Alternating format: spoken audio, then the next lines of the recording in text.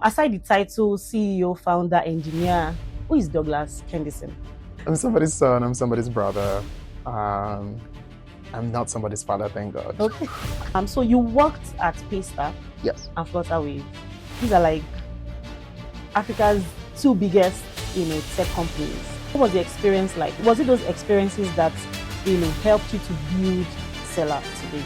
Definitely. Started Selar when I worked at Paystar. So this was 2016. So I joined in August, and by October, the idea for Selar came and we built the first MVP. If you had not started Selar as a side project in 2016, what would have changed if you wanted to start now in 2026? That's like 10 years.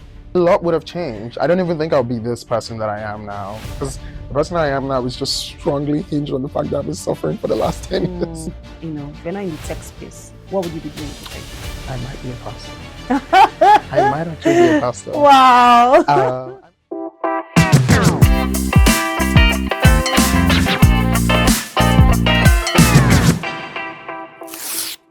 Hello everyone, and welcome to another episode of the Future Pod. My name is Ngozi Chijuka, and I'll be your host for today. Here at the Future Pod, we discuss unfiltered conversations, and we have honest conversations with young people that are building the future of Africa. Nigerians are defining the future of work and how they create and build the things that they do part-time. We guess that we have today is one of those people who have made changes and redefined the future of work in Nigeria. Ladies and gentlemen, welcome Douglas Kendyson. Hi. Hi, Douglas. Hi, Nice to Ngozi. meet How are you you? again. Thanks for Thank having you me. so much This is for really having- nice. for being here. Okay, so aside the title CEO, founder, engineer, who is Douglas Kendyson? I'm somebody's son. Of course you are.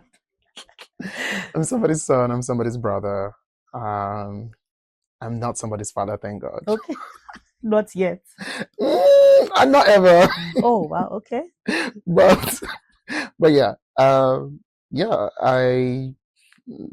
mean, I'm trying to pick other things. I'm a Christian. Aside to work, I host a worship event for people that I guess have been excluded from church. It's a long story, but let's just keep that. But I do a few things. I care about a couple of things here and there. Okay. All right. That's interesting. You said you do a couple of things, like you're in charge or founder of a church event that you. Yeah, it's like a worship event. It's like a worship Okay, so can you just tell us what the event is about, basically? This is a very tricky one. Okay, are they just Christians that attend these events, or it's a music event, right? Yeah, it's a Is it worship. It's a concert? worship only event for people that have been ostracized from the church at different points in their relationship with God. Yes, and I try to host. It's called Just Worship, and really at the core of it, it's really, if you've been excluded from the church at different points in time, you can just come worship with us. We do it once a quarter, and it's really nice. Yeah. Interesting. Yeah. Thank you for sharing that.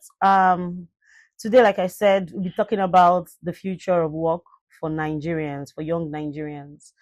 You graduated at 19, Okay. and we have we used to hear our professors, our fathers used to tell us that in Nigeria there was a time where before you even graduate, there are jobs that are readily available for you. Yeah. You graduated at 19. How was it like for you? Navigating the labor market and also starting your first 9-to-5 job. Was it easy for you? Did you have opportunities that were readily available for you, or you searched for it, or you went through the turmoils of getting a 9-to-5 job?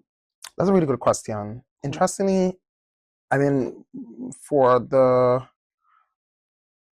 I was reading a couple books, like every other person in school, all the Aspire to Aspires and the motivationals. And I can't remember which book I read, but I know it's most likely from a book or something. And I think maybe most of the business owners that I had read about had just talked about the experience they got from a 9-to-5 job. Okay. So even though I knew I wanted to build something of my own, because by the time, because in 100 level, I was doing business. Like I was buying like tech devices, selling them in school. I was repairing people's laptops. In like from my 100 level to 200 level, and then in my 300 level, that was when I learned how to do software. So just to paint the picture, I actually studied civil engineering, graduated with civil engineering. But by my 400 level, when you do the sideways thing for 6 months. Yeah, you've done it. So during my 6 months of that time, I was just like, I'm never doing this full time. I sweat very easily. And honestly, it's really that. I sweat very easily. I'm not going to be under the sun on the site. It doesn't work for me. But I started learning software engineering in 300 level. So by the time I graduated, I had already built something that I'd failed. I think during my cyber, I built so I guess to paint the picture, that's 2015, 2016. That's when I was in 400 level, if I'm not mistaken. And I built a school. So around the time, digitalization of like secondary school were coming up. So all those smart school solutions. So I built one. I tried to sell it. So I grew up in Port Harcourt, so I tried to sell it in Port Harcourt. Like a Google Classroom kind of thing? I don't know what a Google Classroom is. So it's kind of like a smart school solution where it's like for school management.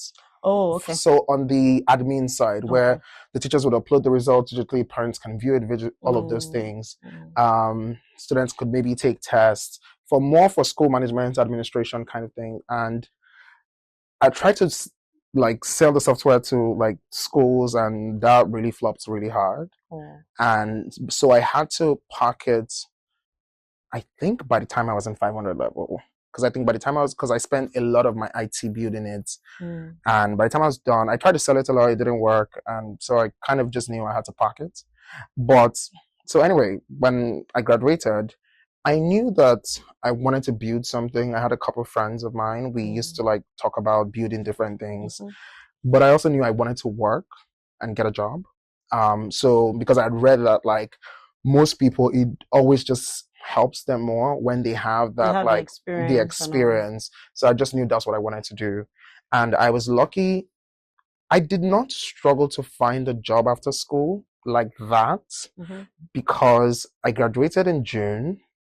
I mean, I've been freelancing all the time, so I was busy. And I got a job at Paystack in August. And so what I told my mom when I graduated, so my folks are in Port Harcourt, my mom is in Port Harcourt, and told her that I knew I wasn't going back to Port Harcourt because in 2016, or even until now, and no shade to them, but there's just no tech career that is flourishing there. And I told my mom that see you, hey, I don't plan to come back home. I'm going to stay with my friend for 3 months, and then I will come back maybe. But my plan was really just not to come back. So I was in my friend's house so that's June, July, August. Then I got a job, and then I was like, oh, I got a job. I'm obviously not coming back. And then by God's grace, with the salary I got from my job. Was it Paystack? Yes, this is Paystack. Okay. And then I obviously just begged my uncle, and I rented a place by October. And so that was how I never went back to Port Harcourt. So it wasn't too hard to find a job, but I would say that it was very different for me because I did have the requisite skills, and it's not even the connection.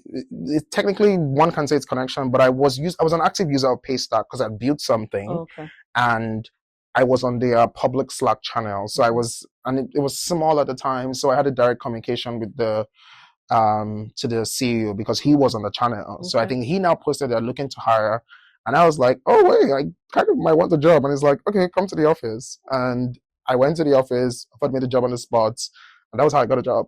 Oh wow! So I didn't struggle that much, but I think that if I were to have, and I think this is one of the reasons why I didn't want to practice civil engineering, because you wanted something that would give you the time and something you had skills for. Yes, and civil engineering was just too long a game for me to play, in my opinion, because I had just learned, especially from my IT, the engineer that I worked under during IT was very skilled, but he was 40 something, and it's now that he's doing projects of 1 billion, 2 billion houses, and it's really nice. But if I stayed a civil engineer, you need a lot of connects, you need a lot of time invested in that. And I just felt like I wanted to, even if I give like 2-3 good years of my life, let me get some good results. And that's really one of the reasons why I didn't stick with civil engineering. And I think in tech at the time, it paid off better. So yes. I'm so glad you were able to share that. Thank you so much. And that's very interesting. A lot of us also did not go back home after school because we wanted something, for ourselves. We're just tired of, we knew that if you're going to go home, you start stressing your parents. Oh, I need money for this, I need money for that. And we just wanted to be independent one way or the other. Okay, I think I'm mature. I need to, do something for myself. And recently, I asked my mom, so there's this Instagram thing. Sorry to cut you. No, it's fine. But there's this Instagram thing where they're like, questions you can ask your mom to like build better, to just know more. And one of the questions was, ask your mom, at what point did she know that you were going to be fine and like you were like independent and going to be fine? And so recently, this is literally like last month, because I saw my mom last month, I think. Yeah, this is last month. And she told me, it was that incident of like me saying, I'm not coming back home. I'm going to be fine. It was really cute. And I was like, it's that one. Yeah. I can imagine. All right. Thank you so much. So you worked at Paystack. Yes. And Flutterwave. These are like Africa's two biggest, tech companies. What was the experience like? And were you able to, was it those experiences that, helped you to build Selar today? Definitely. Okay. So definitely. Do you want to share? Yes, of course. So I started Selar when I worked at Paystack. So this is 2016. So I joined in August, and by October, the idea for Selar came and we built the first MVP. How did you come up with the idea? People were like sending emails to Paystack saying they wanted to like sell things, and at the time Paystack couldn't serve individuals, just like businesses. Okay. And so I was just like, I reached out to, I asked Shola first, like, are you fine with me doing this? It's like, well, sure, right on. And I asked a few of my friends from uni that we used to build stuff together and do projects together, and they're like, are you down to build this? And we were like, yeah, sure, let's do something. And we built the first MVP in like 3 or 4 weeks, and that was how the idea came about. And I think that, but in speaking about the experience, I think for anybody that is looking to, because I don't think I joined Paystack or Flutterwave thinking that they are the future of like Nigerian tech. I just saw 2 companies that I respected. At least when I joined Paystack, I was just happy to be working at a company that built the payment gateway that I was already using. I was used because at the time, VoguePay was a company that a lot of people used, and I'd used VoguePay for a couple of my e-commerce projects, didn't fully like it. So when Paystack came on, I'd used them for a project we're doing in school, that's university. And it was so smooth. I was so like in awe of it. I was such a fan. And so I was just excited to work for them. But I think those 2 experiences, even back to back, I think even just the succession of how they played out also really made a very big impact for me. I would say with Paystack, I learned a lot about, I guess, just really giving people like a solid product and being just very intentional with everything. With Flutterwave 2, I also learned a lot about building products. I think they have a more diverse portfolio of the things that they do. And that really influenced a lot of how I think about skill and also doing a bunch of things at the same time. So they both yielded very rich insights for me in very different ways. Even like a leadership too. I did love the leadership experience at Paystack. I think Shola is really phenomenal. I really had a really good time. I did work with Ezra there. Ezra is also just really unique and he's also really cool and really smart. I think today, I guess I've always liked typing essays, but like Ezra could like write a long paragraph on Slack, and I definitely stole that from him. It's really nice. And he's also really smart. And a lot of people at Paystack, very, very smart, very, very kind, very, very focused on doing really good work. Same for Flutterwave. Interesting. Okay, so you're a genius to start with. You built Selar, and Selar is like one of the biggest now, one of the biggest digital economic platform for content creators, not just content creators, for creators generally, digital creators.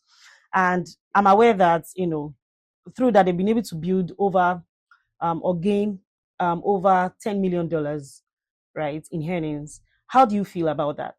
Knowing that you thought about this idea came to play, you created it and it's working really good for you. There's a meme where Nene Leak says, "I don't have a feel." Wow. And quite frankly, I don't have a feel about this. You With a lot of work that I do, once it happens, it has happened. And we move on. I think it's even now that I'm learning to like savor the moment and enjoy the process and enjoy the wins and the milestones. But to be honest, as it happens, I'm just like, I remember even when Selar took off in 2020, we paid out 100 million naira for the first time. And it was crazy because from 2016 to 2019, we maybe processed 6 million or 9 million, one of them. And then in 2020, by the end of 2020, we had processed 100 million. And then by the end of 2021, it was like 1 billion. But like, I remember it's crazy because like at the end of 2020, all I just felt was like anxiety. I can imagine. And I was just anxious because I was like, oh my God, can we replicate this? Can we do this again? Like, would it work? And it's crazy because 2021 happened, we 10x that. And I was even more anxious. They're like, oh my God, this is still a fluke. It's quite insane. Like when I say it out loud. And then 2022 happened, and I think we doubled it. 2023 happened, still doubled that. 2024, and it's sort of been like a good like double exponent like every year since then. And I'm grateful actually. So maybe I shouldn't say I don't have a feel. I am quite grateful. I'm grateful that so many people have just trusted us with their business and trusted us to give them a solid product. And I guess I'm also trying to use that, and I take that responsibility very seriously. I take that responsibility very seriously. I also take the responsibility of building a team that can do great work very seriously. So yeah, but I'm grateful. Nice. Grateful is the word. Nice. Guys, in case you don't know, Douglas bootstrapped Selar. No venture capital, no big fundraising. How did that happen? How did you do it? Because I know a lot of people, they need capital to do things. And I know a lot of people that have actually built different apps. They built, different tech, apps that they want to, push out. Very intelligent apps that that when you use it, it's actually going to help you, make your life seamless. But they've not been able to, do this successfully, maybe because of funding, or probably they got tired and they just gave up on the whole thing. So how did you do it? And what was the confidence that you had? What courage did you have to be able to build this from scratch without, funding from anyone or any venture capital whatsoever? For what it's worth, in 2017, I did try speaking to one person or two people. I think I tried speaking to like maybe raising money, and one person probably told me and then the other person was like, oh, you need to build for physical products. Nobody's buying digital products. And I was like, okay, sorry, I don't know if this was the kind of podcast I just can say that. And then I think after that, because I am a little strong-headed, so after that I was just like, yeah, I'm not speaking to any of you anymore. But then by the end of 2020, I was curious about like, okay, I want to try to raise money. But then the thing is, I'm also the kind of person that like, I hate to beg. And I think that's why fundraising just didn't work for me, because while I was planning to, I had spoken to a few of my bosses at the time, my ex-bosses at the time, and I was like, hey, I'm trying to do this. And then I think I was watching a bunch of like Y Combinator videos, and they were like, oh, it's a marathon. You have to like book like 3 weeks of your kinda. And I was just like, and there's nothing I hate more than begging. Unfortunately, my mother did not raise me like that. Like that's one thing she forgot to add. I do hate to beg. I do hate to. It felt like too much work, but I was just like, you know what? I'm still down to do this. Let's try to do this. So I tried to make a deck by the end of 2020. But I was like, you know what? Let me just give it like 3 more months and let me see the numbers get better. Because I was also just afraid that the numbers, and I'm just like, I don't want to take somebody's money and then have to nothing happens, like a lot of things. It's not, and so from 3 months, I was like, you know what? Let's just give it another 3 months. We'll see if it's real. Because the thing with fundraising too is people would always be willing to throw money at you when you're successful. Sure. So I was pretty. I think for the category, it's now that you say creator economy and people respect, or people are like, you know what, maybe you're in the right direction. In 2020, 2021, people didn't see it that way. Digital products, who's buying that? Why would anybody want to give you money? So I was trying to, from the beginning of 2021, I was like, you know what, I'm going to give it 3 months and see what the numbers are like, so that when I ask for this money, they'll just give it to me instantly. I don't have to beg. And I pushed from 3 months went to 6 months, 6 months went to 9 months, 9 months went to 12 months. And I think midway in 2022, we sort of found some level of profitability. And so, yes, on its own. Yes. And I mean, we were very intentional about the work we're trying to do for growth. We're very intentional about like what we're doing products wise. I think by the beginning of 2021, I quit my last full-time job to go full-time. So from 2016 till the end of 2020, I've been working full-time at different companies. I'd worked at 4 startups at the time. And I think one of the benefits of working across board in different companies is you get to see the different things that actually move the needle. Yeah. And you get to see like, okay, what is actually helpful for growth? What's actually helpful for better things, for progress? And in the third company I worked at, I was very lucky to work very closely with the marketing team, even though I've always been a software engineer. But I was a software engineer I was always this kind of engineer that my head is in everybody's business. So I was working very closely with them on their offline initiatives, their online initiatives, and I'd learned a few tricks that I really wanted to practice and see.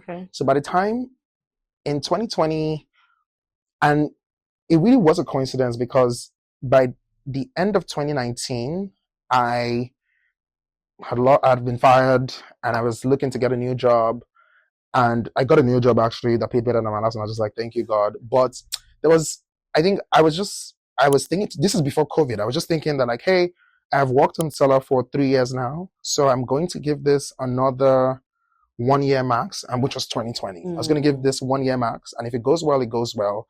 If it doesn't go well, I'll park it and go do something else. Because again, I've always had a job. I will be fine. So a lot of my plans for 2020, even before COVID, I was very intentional about like outreach. I was very intentional about products. I was very intentional about a bunch of things. Yeah. And then COVID happened, and that really helped a lot with a lot of people staying inside and going online instead of all their typical physical activities. Yeah. And so it was really just, it's always been a combination of so many things coming at the same time to make a lot of things work. So even a lot of the growth that we found in 2020, literally, it was one creator that came and did almost like 70 million in one weekend in 3 days. Wow. And I was just, and I remember I paid 100 million in 2020, and she did like 70 million in 3 days. And I was just like, if one person can do this, how much more? But, and I think I was even just more anxious. I was just like, okay, but that sale is seasonal. It's like a twice in a year kind of thing. And all of this thing. And I was just like, okay, but yeah, she's probably going to go, blah, blah, blah. It was a lot of things. You can see why I was very stressed in that period. But just circling back, so even that too, and it's like from her, she shared our product to a lot of people. We didn't even ask. She was so sweet. And that's how we found growth. And it was really nice, actually. Wow. It's a lot of things. Do you know what I learned from what you just said? Wow. Not just being consistent, but building consistently. Yeah. So you were very sure about the outcome in 3 years, but you kept on, pushing, and you were building consistently. Interestingly, I would even say that from 2016 to beginning of 2020, I don't think that maybe 2 weeks or 1 week went by where I did not push an update to the code base. So you see. I was always doing something. I was always because I was speaking to the 2-3 customers that we had, and it's really nice. I learned a lot, actually. That's great. So if you had not built Selar in 20, or if you had not started Selar as a side project in 2016, what would have changed if you wanted to start now in 2026? That's like 10 years. I'm sure a lot would have changed. A lot would have changed. I don't even think I'll be this person that I am now. Because the person I am now is just strongly hinged on the fact that I've been suffering for the last 10 years.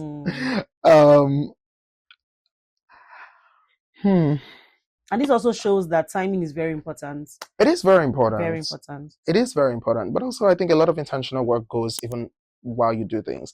I will be very thoughtful about distribution, actually. I will be.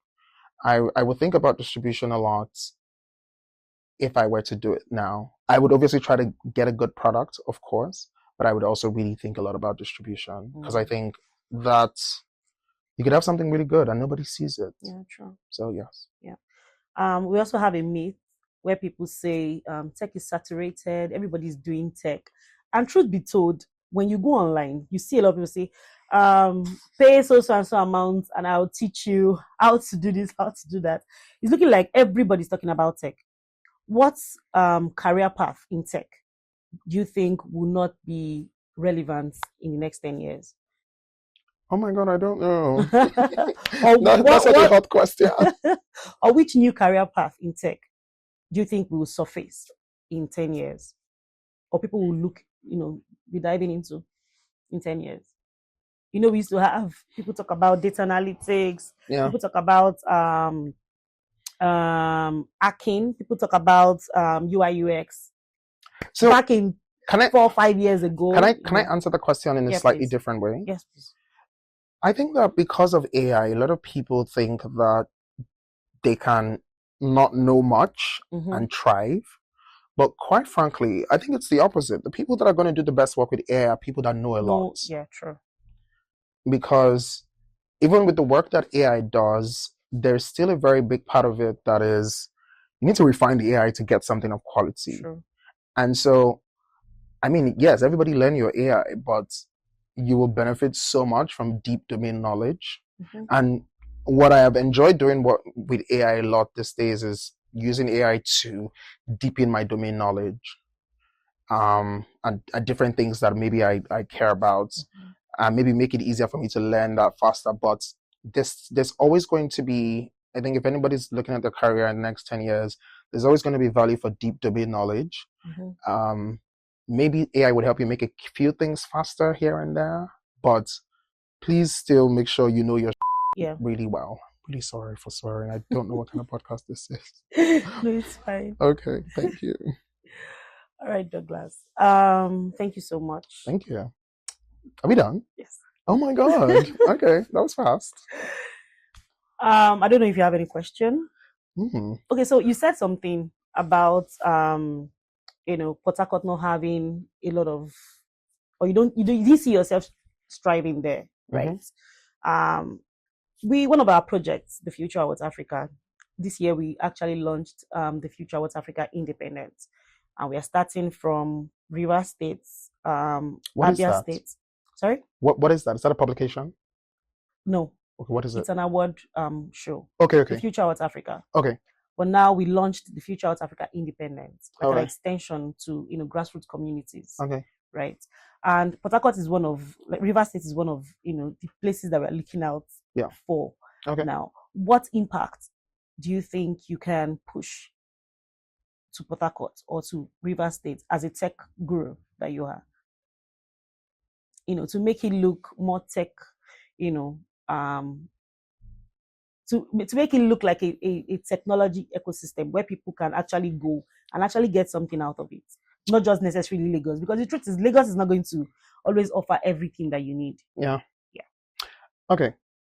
Again, please permit me to answer this question in a slightly different way. Sure. I learned this from, I guess I've seen this framework in the UAE, because I've lived in Dubai and Abu Dhabi at different points. And at different points, Dubai has a DIFC. It's the Dubai International Financial Center. And they have like a startup thing where they are bringing startups from everywhere in the world to come and create startups in Dubai. They also have a version of that in Abu Dhabi too. It's called the Abu Dhabi, it's ADGM, I can't remember which it is. And the beauty of this is you're bringing experts to come do things in a certain location so that also helps grow the location. I think that with Port Harcourt, we need more people that can do quality things, doing quality things in Port Harcourt. When you say quality things, what do you mean? I went for a conference one time, and I'm not like, I think they worked really hard, but the turnout was poor. Production was poor, and that was meant to be maybe one of the big ones. That was meant to be one of the big ones, and I promise this is not issue. Like I'm pretty sure they worked very hard.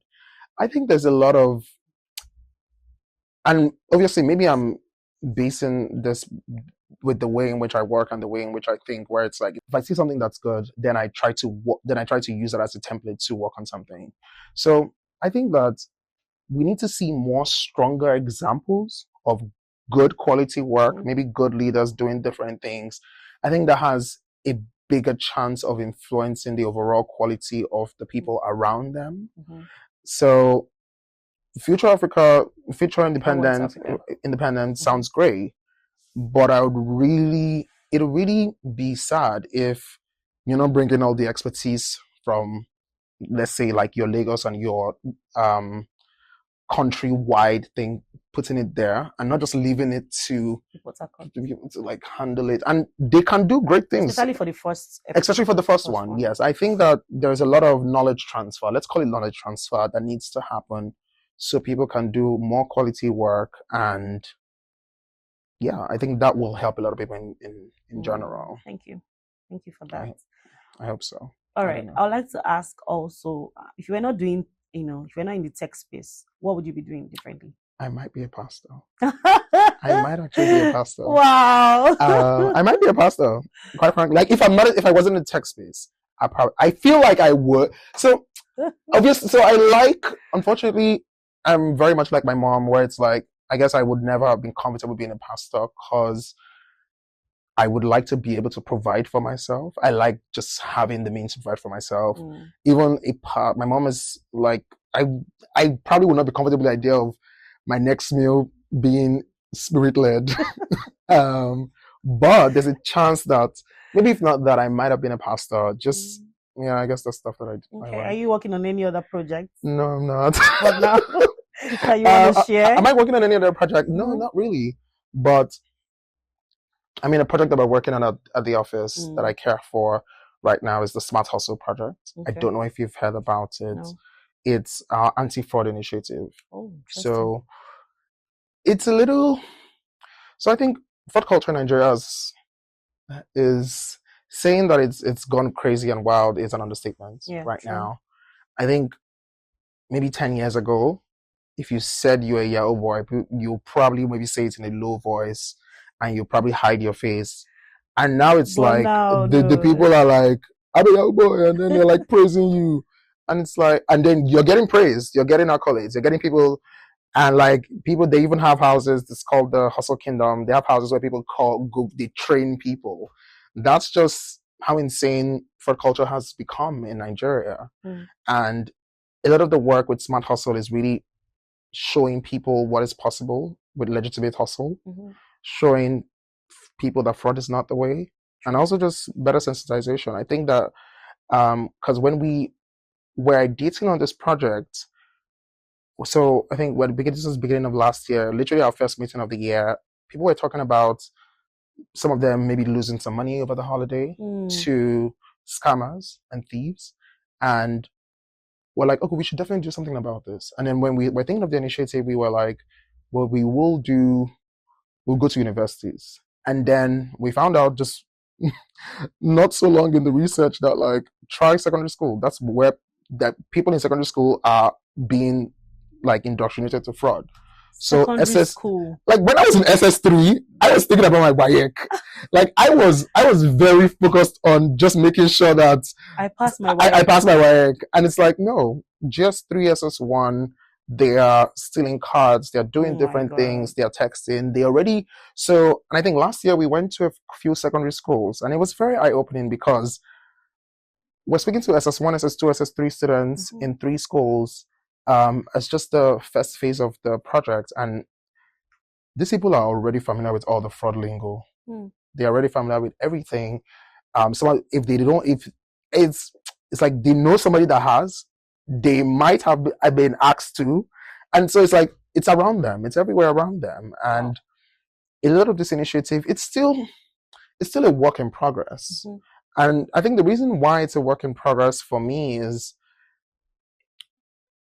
we could always do something that would get us press. And we'll say that, oh, we have done something. But I think what's more important to me is that, like, somebody is actually impacted. Yeah, true.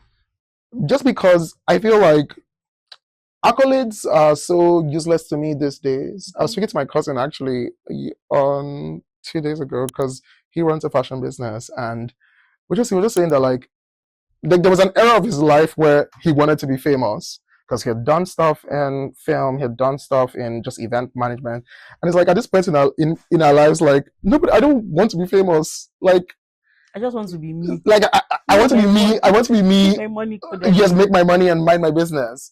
And so I think even with me, with this project, I think what's most important to me is what is the people that we impact. Even if I think when it comes to CSR work, a lot of people are very focused on, I guess, measuring the impact. But I do think it's a different approach. Like I do think about it in a different way, just because I think when it comes to children, and even just, especially children, I guess, children, younger people, I think what matters is planting a seed. Now that seed might be crushed. That's, see, I was about to start preaching now. No, but you're taking out something from me. Like that seed might be crushed, some might germinate, and maybe but it's like, but what's important is just making sure you plant the seeds, because you never really know no way to take them. Like no way it would take them. Yeah. I was speaking to somebody that, and I promise this is the last story so we can wrap up. I was speaking to somebody that told me an NYC student was in his, because I think he's from one of the Souths.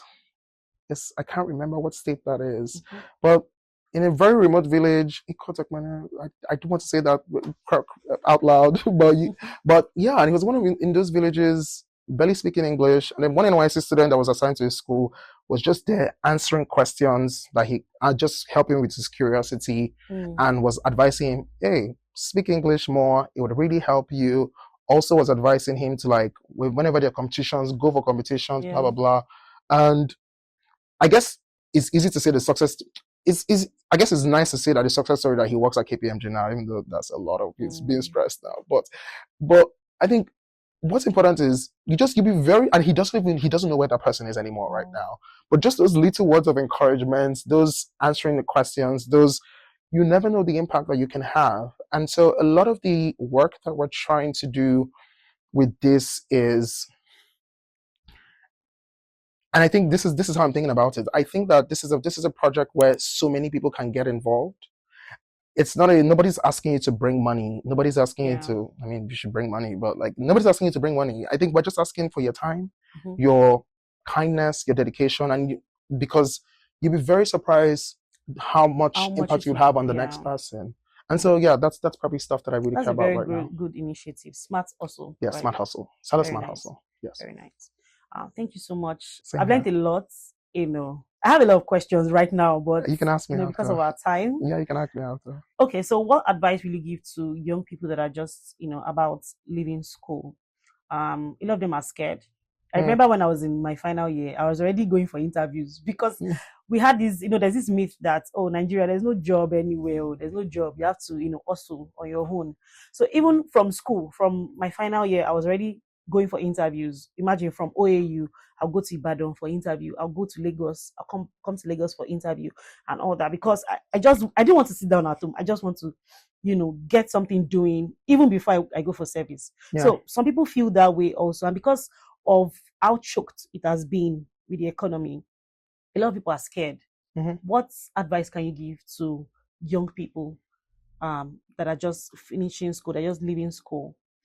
At the risk of sounding, I'm not trying to sound a certain kind of way, mm-hmm. but I do want to just say that, like, fear is a very useless emotion in this context. Sure. I mean, in general, but in this particular context, it's not that useful.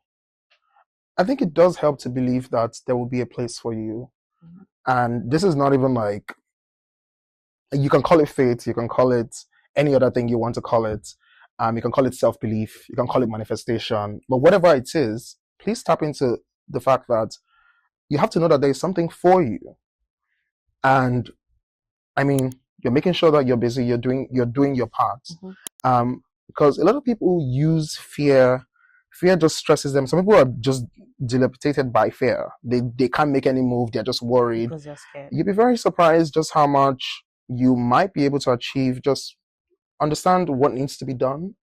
In this case, is whether you're applying for jobs, whether you're getting a new skill, it's so funny how I guess people don't realize that, I guess, because when I would say that when I was making the decision to, and I don't know if it's maybe different, but when I was making the decision to do software engineering, I was doing it because, of course, I liked it.